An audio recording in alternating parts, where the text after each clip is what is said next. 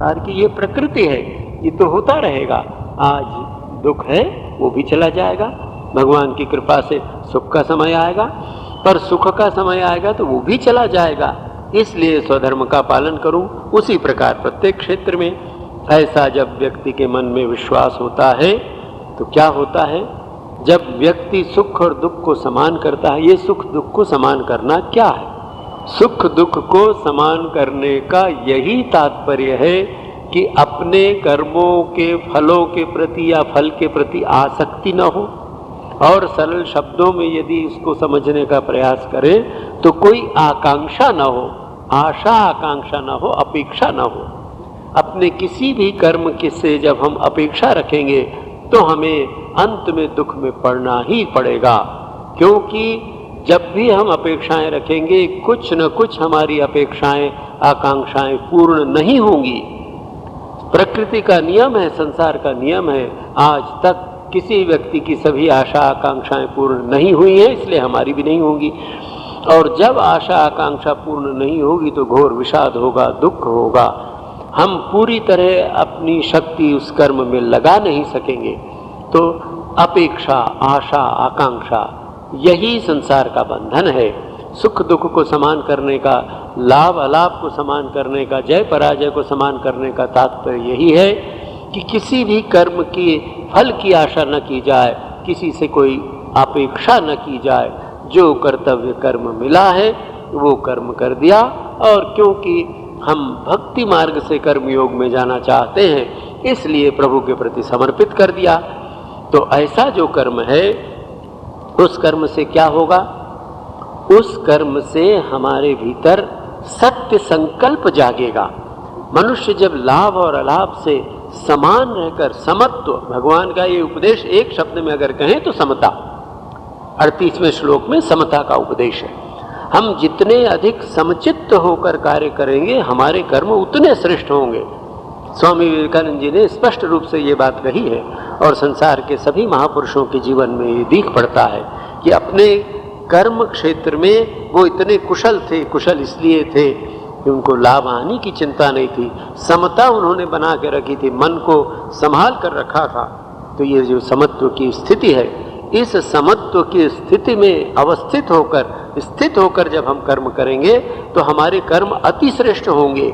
हमारे कर्म श्रेष्ठ होंगे तो उसका फल भी श्रेष्ठ होगा, परिणाम श्रेष्ठ होगा। यद्यपि अयाचित, बिना मांगे वो परिणाम हमें मिलेगा, पर हमारा ध्यान उस ओर नहीं जाना चाहिए। तो ऐसी बुद्धि भगवान कह रहे हैं कि तू ऐसा कर, इस प्रकार कर्म करेगा तो तुझे पाप नहीं लगेगा। हमने देखा कि भगवान ने अर्जुन को 31वें से 37वें श्लोक तक स्वधर्म और क्षात्र धर्म आदि की बात कही। अब उसका जीवन में कैसे पालन करना चाहिए ये बताया। ये बताते हुए कर्मयोग के संबंध में एक निवेदन आपसे और ये करूं कि इसी सिलसिले में 38वें श्लोक के संबंध में, 38वें श्लोक में जो चर्चा है उसमें देखिए भगवान ये नहीं कह रहे कि तू कौन सा कर्म कर और कौन सा कर्म नहीं कर। चर्चा यहाँ कर्म की है, किसी कर्म विशेष की नहीं है। तो अयाचित भाव से जो कर्म हमको मिला है प्रारब्ध से, अपने कर्मों से, उन सभी कर्मों के प्रति ये भाव रखना चाहिए। कर्म के प्रति भी द्वेष या राग नहीं रखना चाहिए कि ये काम अच्छा है और ये काम अच्छा नहीं है, इसलिए इतना मैं काम करूंगा और ये नहीं करूंगा। अब एक प्रश्न यहाँ और आता है जो मेरे मन में आया है, आपके मन में भी आता होगा, कि अगर एक व्यक्ति कहे कि अच्छा मैं चोरी करूं और लाभ हानि से कुछ लेना देना नहीं, मेरे मन में बड़ी समता है, मैं जुआ खेलने लगूं, मेरे मन में कभी कोई विकार नहीं, लाभ हानि सुख दुख सब समान है। मैं आपसे नम्रता से निवेदन करूं, जिस व्यक्ति के मन में भगवान की पहली बात कि श्रेय जीवन का क्या है, परम श्रेय, सारी गीता उसका ही उत्तर है कि मनुष्य के जीवन का परम श्रेय आत्म साक्षात्कार या ईश्वर प्राप्ति। तो जिस व्यक्ति ने अपने जीवन का परम श्रेय ईश्वर प्राप्ति निश्चय कर लिया है, आत्म साक्षात्कार तय कर लिया है, क्या वो चोरी करेगा? क्या वो अनुचित कर्म करेगा? क्या वो जुआ खेलेगा? ऐसा व्यक्ति अनुचित कर्म कर ही नहीं सकता है। जिसके मन में समता आएगी, कर्म के प्रति उसका राग और द्वेष नहीं रहेगा, तो अपने आप उसके जीवन में ऐसे कर्म होंगे जो कर्म सबके कल्याण के लिए होंगे, जिस कर्म के द्वारा प्राणी मात्र का कल्याण होगा और उसके स्वयं की चित्त शुद्धि होगी। इसलिए ऐसा व्यक्ति कोई गर्हित कर्म कर ही नहीं सकता है जिसके जीवन में समता की आकांक्षा है। गर्हित कर्म, गलत कर्म तो वही करेगा जिसको व्यक्तिगत सुख दुख की आकांक्षा है, अपने मान अपमान यश पद आदि की आकांक्षा है। तो ये बात भगवान ने जब बताई, अब भगवान 39वें श्लोक में ये कह रहे हैं, एषा ते अभीता सांख्ये बुद्धिर्योगे त्विमां शृणु बुद्धया युक्तो या पार्थ कर्म बंधम प्रहास्यसि। हे अर्जुन, हे पार्थ, अभी तक अर्थात ये 38वें श्लोक तक मैंने तुझे ज्ञान योग के संबंध की बुद्धि के विषय में बताया। जो व्यक्ति ज्ञान योग के माध्यम से आत्म साक्षात्कार या भगवत साक्षात्कार का प्रयत्न कर रहा है, उस व्यक्ति के लिए क्या स्थिति है। ज्ञान योग के माध्यम से जो योग है उसकी बात मैंने तुझसे कही। अब इमाम योगे शृणुया बुद्ध्या युक्तः, हे अर्जुन, अब इसके पश्चात 39वें श्लोक के पश्चात तुझे जो बात मैं बताऊंगा वह कर्म योग के विषय में, निष्काम कर्म योग के विषय में है। निष्काम कर्म योगी की बुद्धि भी कैसी होनी चाहिए, ये बुद्धि भी भगवान अर्जुन को बता रहे हैं और कह रहे हैं कि ज्ञान योग के माध्यम से जिस मन स्थिति की, जिस विशुद्ध बुद्धि की प्राप्ति होती है और जिस बुद्धि की प्राप्ति के कारण व्यक्ति कर्म के जाल से, कर्म के बंधन से मुक्त हो जाता है, वही शुद्ध बुद्धि कर्म योग का आश्रय लेने पर भी होती है। अर्थात ज्ञान योग और कर्म योग में कोई अंतर नहीं है, जो जिसका अधिकारी है उसके अनुसार चले।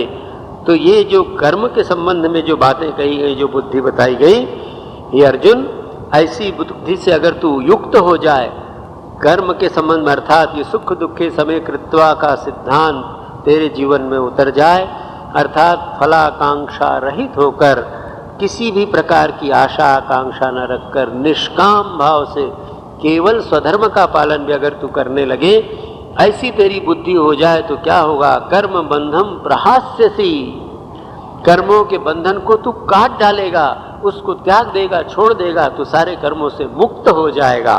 भगवान इस प्रकार का आश्वासन अर्जुन को दे रहे हैं।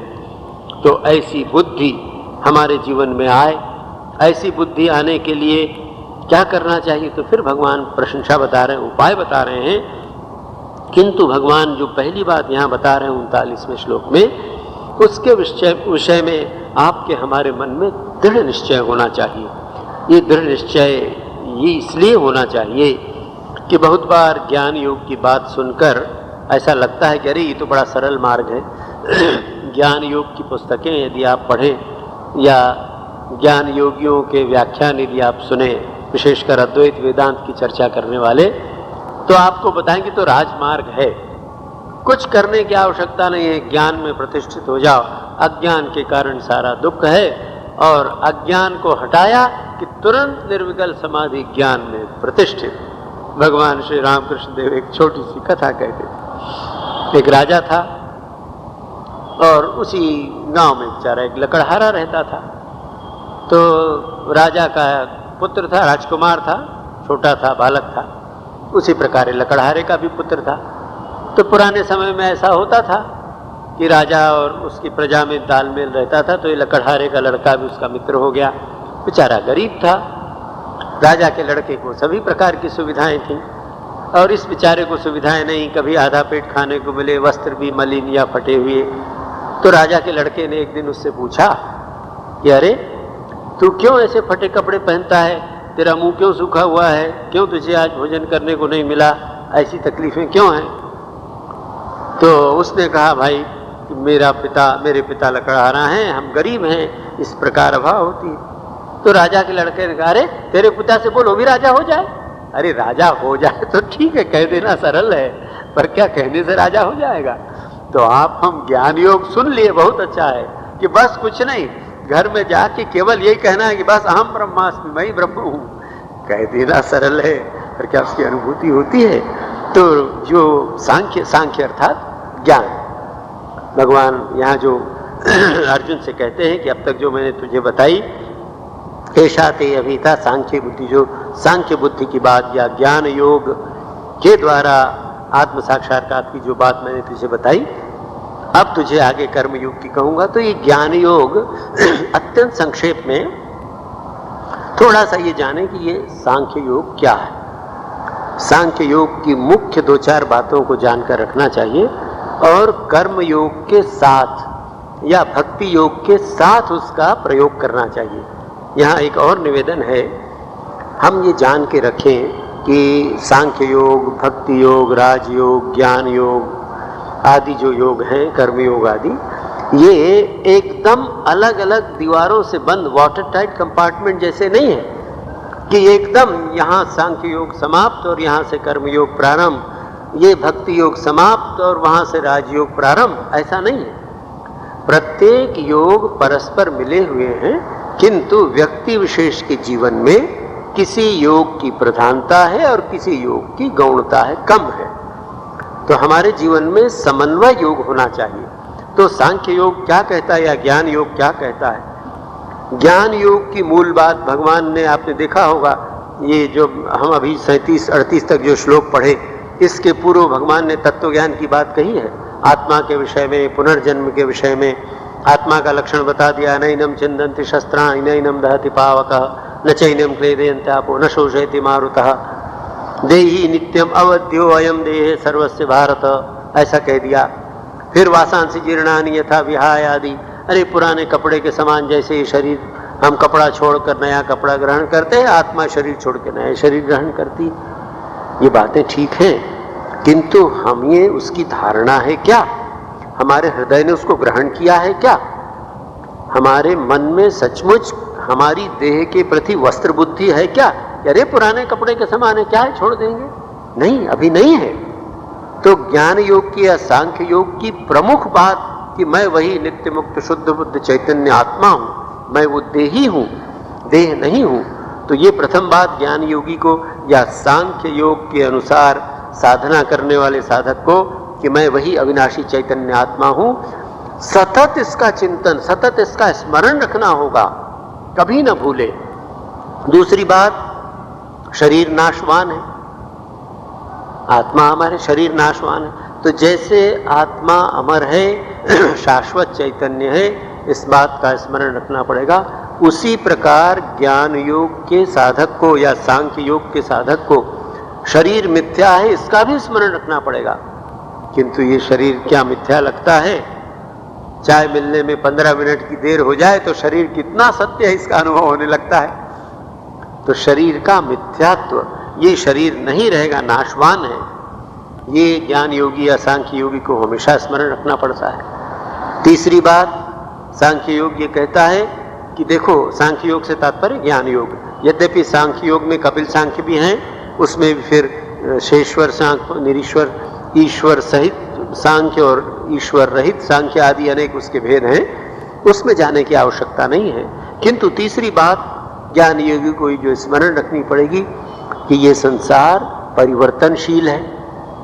ये परिवर्तन स्वीकार करने को हमारा मन तैयार नहीं होता है, परिवर्तन हम सह नहीं सकते हैं। यद्यपि प्रकृति का नियम है और विवश होकर वो परिवर्तन सहना पड़ता है, और इस परिवर्तन का सबसे बड़ा परिणाम और प्रमाण हमको अपनी देह में मिलता है।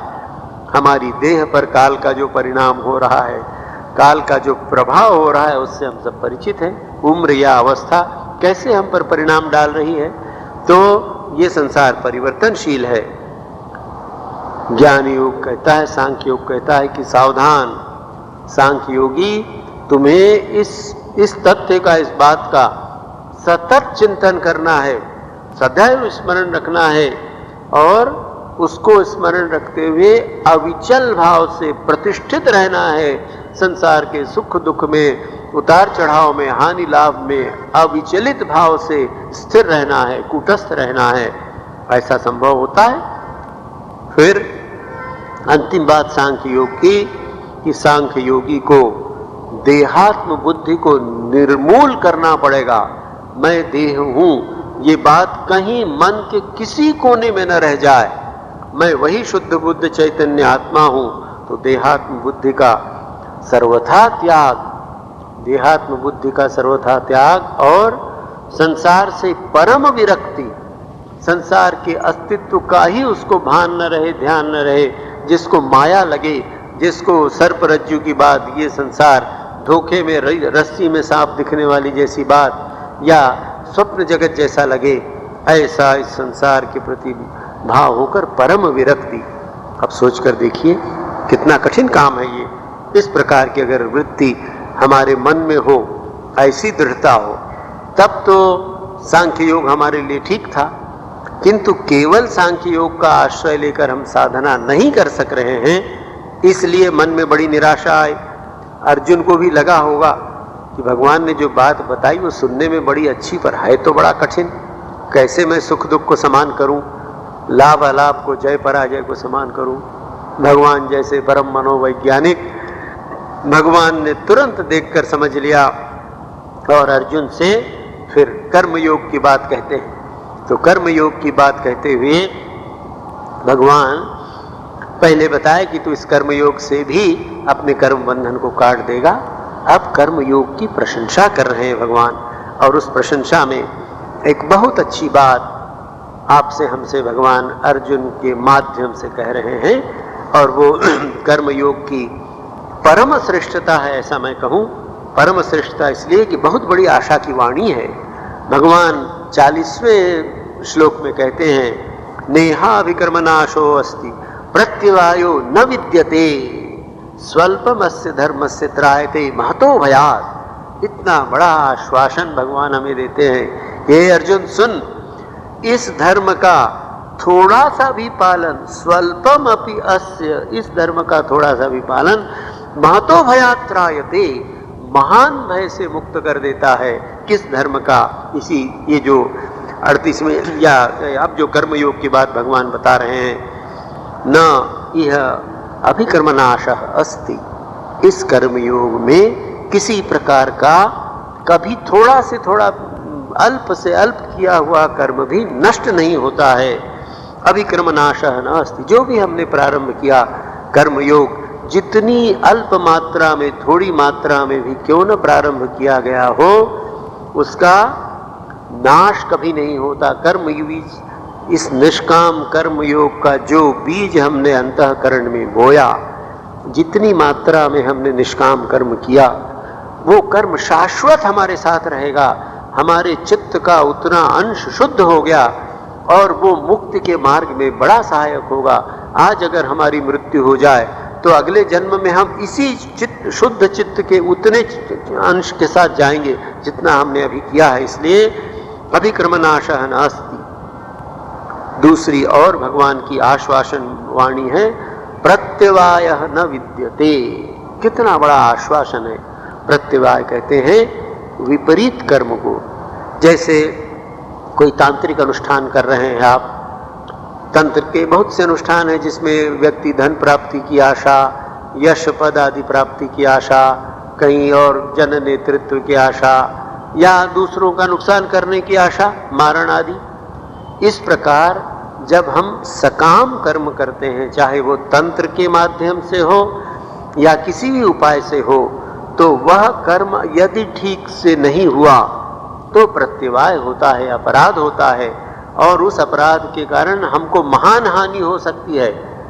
यदि इस प्रकार के विधि विधान से किए जाने वाले यज्ञों के द्वारा जो लाभ होने वाला है वो ठीक न हो, उसमें भूल हो जाए तो मनुष्य को बहुत नुकसान होता है। ऐसे कितने दुर्भाग्यपूर्ण उदाहरण सुनने को मिलते हैं, कभी देखने को भी मिले होंगे, जो कर्ण पिशाच सिद्ध करते हैं या इस प्रकार की सिद्धि लिए घूमते हैं। तो ऐसे सिद्धि वाले एक व्यक्ति आए थे एक सज्जन के पास, मठ में, एक हमारे बहुत बड़े साधु के पास, कि महाराज मेरा मन बहुत अशांत है। क्यों? उन्होंने ऐसी कुछ सिद्धियां कर रखी थी, तो 24 घंटे अब वो भूत उनके ऊपर सवार रहता था। अब मान लीजिए कोई व्यक्ति कोई विशेष प्रकार की साधना करे, जिस साधना के द्वारा दूसरे के मन की बात उसको मालूम हो जाए। ऐसे कुछ अनुष्ठान हैं, ऐसे मंत्र हैं, ऐसी प्रक्रियाएं हैं कि थोड़े के दिनों के साधना से सिद्धि हो जाती है। अब आप सोचकर देखिए, हमारे अपने मन के विचारों से परिचित होके तो इतना दुख है, अगर आपके भी मन के सारे विचार 24 घंटे मुझे मालूम होते रहे तो मेरे जीवन की क्या दुर्गति होगी। तो प्रत्यवाय हो जाता है। भगवान कहते हैं प्रत्यवाय न विद्यते, इसमें कोई विपरीत फल नहीं होता है, कोई लाभ नहीं, कोई पाप नहीं लगता है, कोई अपराध नहीं होता है। अपराध कब होता है? जब स्वार्थ बुद्धि, फल की आकांक्षा है, तभी प्रत्यवाय होगा। जो व्यक्ति निष्काम होकर कर्म करना चाहता है तो थोड़ा से थोड़ा भी किया हुआ निष्काम कर्म उसके जीवन में महान शांति देता है। इसलिए देता है कि उसे कोई आकांक्षा नहीं है, फल की अपेक्षा नहीं है, किसी व्यक्ति से अपेक्षा नहीं है, किसी प्रकार के लाभ आदि की इच्छा नहीं है। ऐसा निष्काम कर्म करने वाला व्यक्ति थोड़ा भी निष्काम कर्म यदि उसने किया है तो उससे महान शांति मिलेगी। किंतु उसके विपरीत सकाम कर्म किया है, थोड़ा सा भी सकाम कर्म महान दुख और महान अशांति का कारण हो सकता है।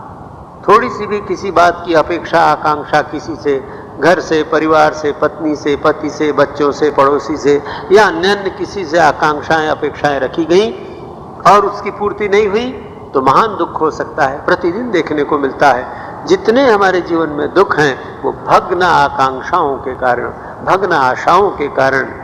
कितने ऐसे दुर्भाग्य से नवविवाहित बच्चे बच्चियों को मैंने देखा, वो आते हैं, उनके जीवन की तथाकथित समस्याएं बताते हुए कहते हैं बाबा ये लगता है, बाबा ये लगता है। और जब उन बच्चों से अलग अलग पूछा तो बस एक दूसरे से असीम अपेक्षाएं। ऐसा स्वप्न हमने देखा था, कहा बेटा ऐसा स्वप्न देखोगी या देखोगे तो स्वप्न भंग होगा ही, तो क्या कोई अपेक्षा ना रखें?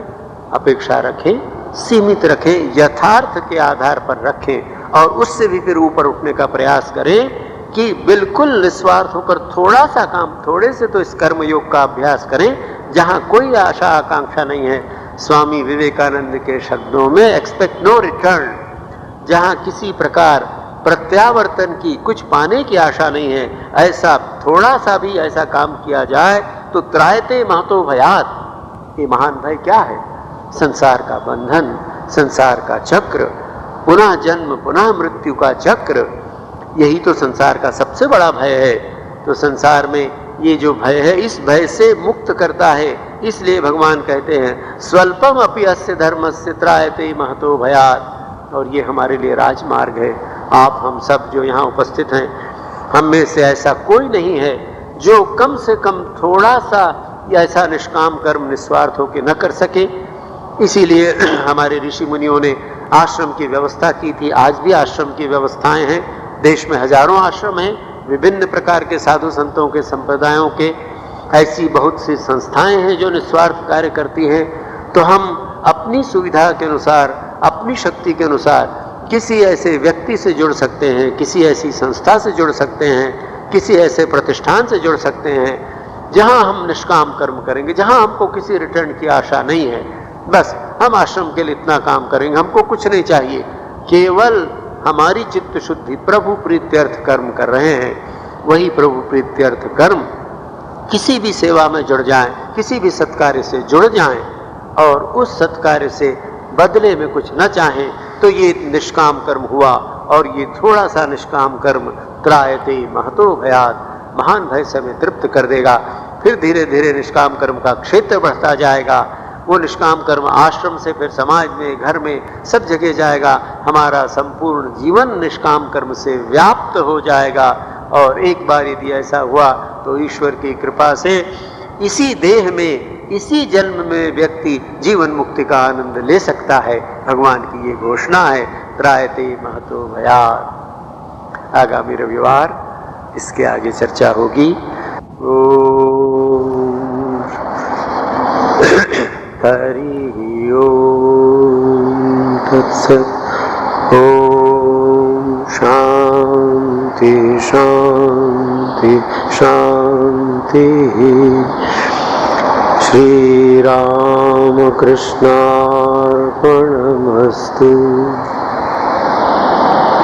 अगला रविवार शायद 1 तारीख को है। आप सब सादर आमंत्रित हैं।